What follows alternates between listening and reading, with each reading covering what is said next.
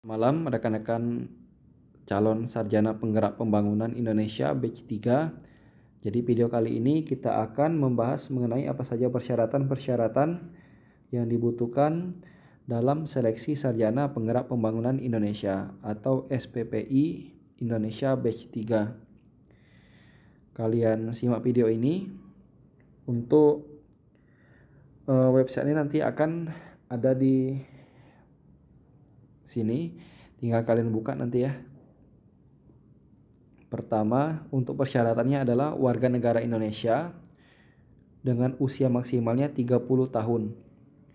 Untuk lulus pendidikannya bisa dari D4 atau S1 atau S2 semua jurusan.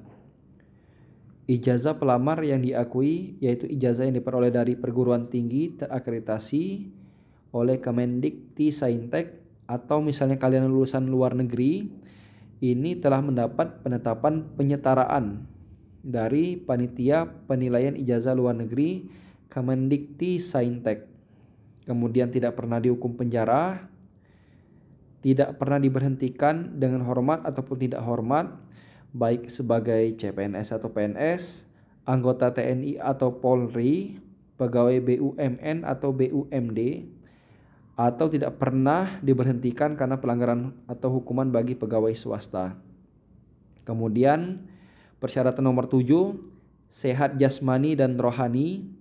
Kesehatan jasmani, bebas narkoba dan obat terlarang, wajib dibuktikan dengan surat dokter dari rumah sakit pemerintah minimal tipe C. Nah, ini perlu digarisbawahi ya. Untuk surat keterangan ini, surat keterangan sehat, baik bebas narkoba, surat keterangan jasmani rohani, ini minimal rumah sakit tipe C. Kemudian rekan-rekan sekalian bersedia untuk ditempatkan di seluruh wilayah NKRI. Untuk peserta ini boleh menikah ya, baik laki-laki maupun perempuan, tetapi bagi peserta wanita selama mengikuti seleksi offline sampai dengan 1 tahun penempatan pertama tidak dalam kondisi hamil. Untuk yang sudah menikah wajib mendapat persetujuan suami atau istri. Kemudian tidak sedang dalam ikatan dinas atau perjanjian kerja dengan instansi pemerintah atau swasta manapun.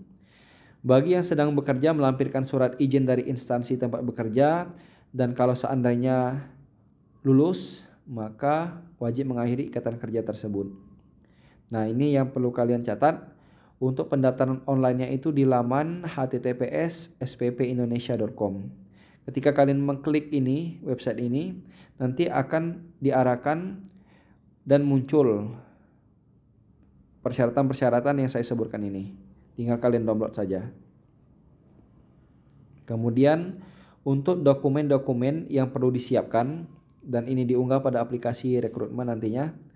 Pertama, surat lamaran, di mana untuk kop suratnya, surat lamaran ditujukan kepada yang terhormat Kepala BGN RI, Badan Gizi Nasional ya, UB Ketua Penyelenggara Rekrutmen SPPI B3 atau batch 3 di Jakarta. Kemudian siapkan KTP dan kartu keluarga, foto berlatar belakang putih, scan ijazah dan daftar nilai atau IPK.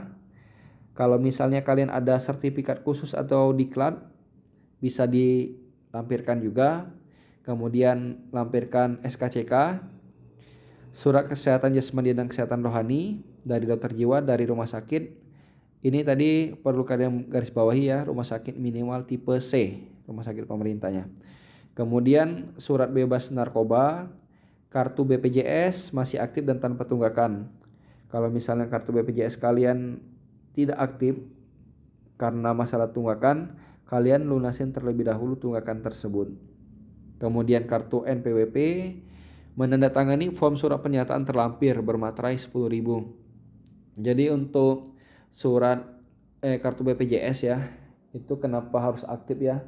Ketika kalian lulus seleksi dan ikut pendidikan, apabila sewaktu-waktu kalian sakit ketika lagi masa pendidikan dan perlu dirawat di rumah sakit, kalian sudah ada surat kartu BPJS tersebut ya, sehingga bisa digunakan ya untuk mengcover kesehatan kalian nanti. Kemudian ini yang perlu dicatat jadwal kegiatannya ya. Untuk pendaftaran online 27 Desember 2024 sampai 15 Maret 2025. Jadi masih ada waktu kurang lebih kisaran 3 bulan lagi ya, kurang lebih 3 bulan untuk pendaftaran online. Kemudian nanti akan ada pengumuman hasil seleksi administrasi dan pemanggilan untuk tes selanjutnya secara offline 20 Maret 2025. Nanti untuk pelaksanaan seleksi ini akan dibagi menjadi 2 gelombang, gelombang pertama dan gelombang kedua. Peserta hadir di tempat tes 5 April 2025, ini untuk gelombang pertama. Kemudian untuk pelaksanaan tesnya, ini meliputi psikotes, kesehatan umum, kesehatan jiwa, wawancara dan mental ideologi. Itu dari tanggal 6 April sampai 3 Mei 2025. Dibagi menjadi 2 gelombang. Untuk tentang tes-tes ini bisa kalian lihat di video-video saya sebelumnya ya. Mulai dari Rikes, kemudian tes-tes mental ideologi dan lain sebagainya bisa dilihat di video sebelumnya. Ini 2 gelombang seleksinya. Pertama gelombang 1. Ini hadir pada tanggal 5 April. Tesnya tanggal 6 sampai 19 April, kisaran 13 hari. Lebih kurang 2 minggu ya berarti ya untuk seleksinya. Kemudian kalau sudah selesai tanggal 19 April nanti akan pulang, tapi belum diumumkan kelulusannya. Untuk gelombang 1 yang dinyatakan lulus akan dipanggil tanggal 28 April dan hadir tanggal 3 Mei, bergabung dengan yang lulus dari gelombang 2 untuk mengikuti pendidikan. Sedangkan untuk gelombang 2 hadirnya tanggal 19. Tes tanggal 20 April sampai 2 Mei 2025, ini kurang lebih 2 minggu juga. Tanggal 3 Mei diumumkan kelulusannya. Kalau tidak lulus di gelombang 2 ini akan dipulangkan. Kalau gelombang 2 ini lulus akan digabungkan dengan gelombang 1 yang sudah lulus untuk mengikuti pendidikan. Pelatihan dasar kemiliterannya tanggal 5 Mei sampai 3 Juli 2025. Pelatihan manajerial 4 Juli sampai 4 Agustus 2025. Jadi untuk SPPI yang gelombang kedua kemarin itu pendidikan dasar kemiliterannya itu di Pusdikip Cipatat ya, daerah Bandung Barat ya. Ini untuk pendidikannya mulai dari bulan Mei sampai bulan Juli, kisaran Juni, Juli, kisaran hampir 3 bulan kurang lebih ya. Kemudian ketika kalian sudah selesai mengikuti pendidikan, kemudian akan mendapatkan hak-hak. Yang pertama adalah status kepegawaian. Akan diarahkan menjadi ASN pada Badan Gizi Nasional yang akan dibentuk dengan mekanisme sesuai peraturan perundang-undangan yang berlaku. Jadi kalian ini akan menjadi ASN-ASN di mana nantinya akan bertanggung jawab dalam program makan bergizi gratis yang diadakan oleh pemerintah. Untuk gaji setelah menjadi ASN disesuaikan dengan ketentuan yang berlaku di lingkungan ASN. Ditambah tunjangan lainnya sesuai daerah penempatan, beban tugas dan lingkup pekerjaan. Jadi ketika kalian sudah bekerja, mungkin di sesama batch kalian itu ada perbedaan ya dari segi gaji dan tunjangan, karena ini disesuaikan dengan golongan PNS kalian, kemudian tempat kalian bekerja tempatnya di mana, kemudian beban tugasnya bagaimana, ini akan berbeda. Untuk selanjutnya lingkup tugas. Calon yang terpilih akan ditempatkan sebagai Kepala Satuan Pelayanan Pemenuhan Gizi atau SPPG di seluruh Indonesia di bawah Badan Gizi Nasional. Kemudian yang kedua, Kepala SPPG bertugas memimpin dan mengkoordinasikan penyelenggaraan makan bergizi yang menjadi tanggung jawabnya. Jadi ini kalian sarjana penggerak pembangunan ini akan bertanggung jawab nanti dalam pelaksanaan program makan bergizi gratis. Kemudian ada catatannya, jadi jadwal sewaktu-waktu dapat berubah, disesuaikan dengan perkembangan situasi yang ada, dan panitia berhak merubah jadwal. Selama proses penerimaan tidak dipungut biaya, selama proses seleksi offline sampai dengan seleksi pelatihan, peserta tidak diperkenakan atau diberikan izin meninggalkan tempat pelatihan. Seleksinya tadi sekitar 2 minggu ya. Biasanya sih kalau seleksi seperti ini, HP itu dikumpul ya. Jadi kita fokus ke seleksinya.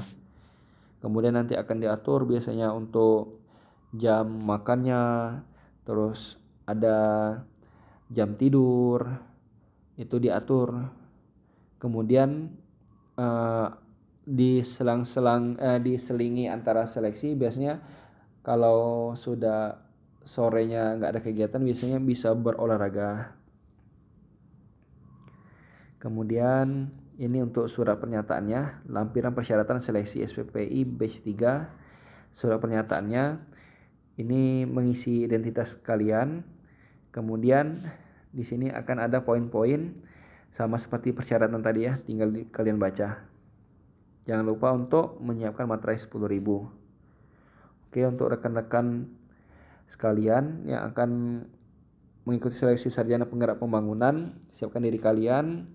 Semoga apa yang kalian usahakan dalam seleksi ini bisa sesuai dengan keinginan kalian dan mendapatkan hasil yang terbaik.